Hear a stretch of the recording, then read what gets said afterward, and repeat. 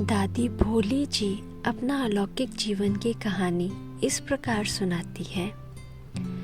एक रात 12 बजे की गाड़ी से मैं अपने माता पिता सहित बाबा के पास आ गई और रोते रोते बाबा से मिलते हुए मेरे मुख से यही शब्द निकलते थे, बाबा मैं कहाँ जाऊँ, बाबा मैं कहाँ जाऊँ, आप मेरी रक्षा करो।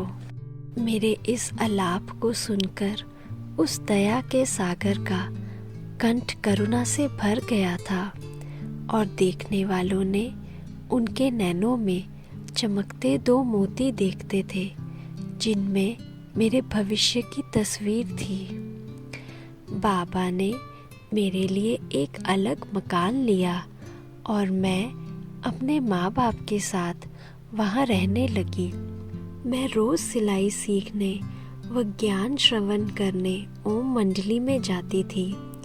जब मेरे जीवन की कलियाँ खिलने लगी थी तब मेरी एक छोटी बच्ची भी थी। मेरा कर्म खाता समाप्त नहीं हुआ था। एक दिन प्रातः 4 बजे मेरा पति 4 व्यक्तियों सहित मकान में घुस आया। मेरी गोद में बच्ची थी, उसको दूर फेंका, मेरे माँ बाप को पीटा और मुझे 80 सीढ़ियों से घसीटते हुए नीचे ले आया और कार में डालकर अपने घर ले गया। मेरे कपड़े फट चुके थे, सिर से खून बह रहा था और मैं बाबा बाबा कह करके चिल्ला रही थी। उस समय सुबह के 6 बजे हुए थे। घर जाने के बाद मेरे पति ने मुझे बहुत प्रलोभन दिया। उधर मेरी माँ पुलिस में खबर कराई थी। लगभग 10 बजे सूबेदार आ पहुँचा।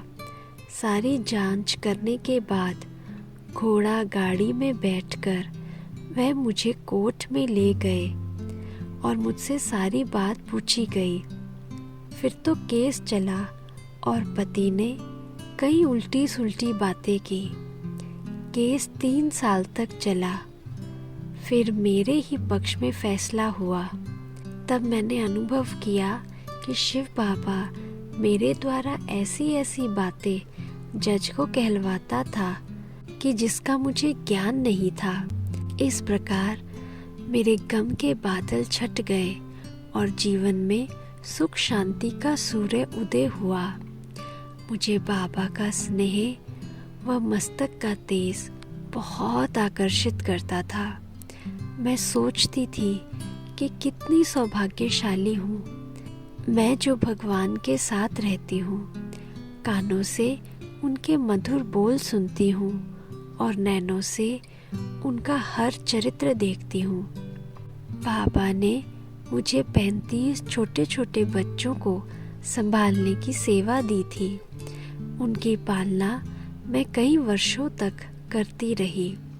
फिर मुझे मम्मा की सेवा करने का अवसर मिला और फिर कुछ समय के बाद भंडारे में भोजन बनाने की सेवा मिली।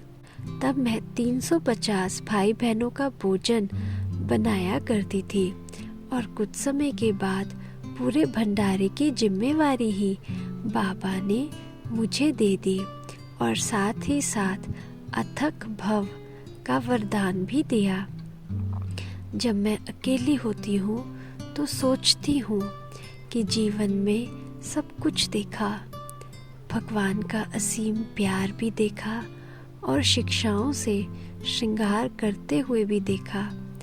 बाबा की अनूठी मस्ती भी देखी और राजाई शान भी। बाबा रोज़ किचन में 2 बार आते थे।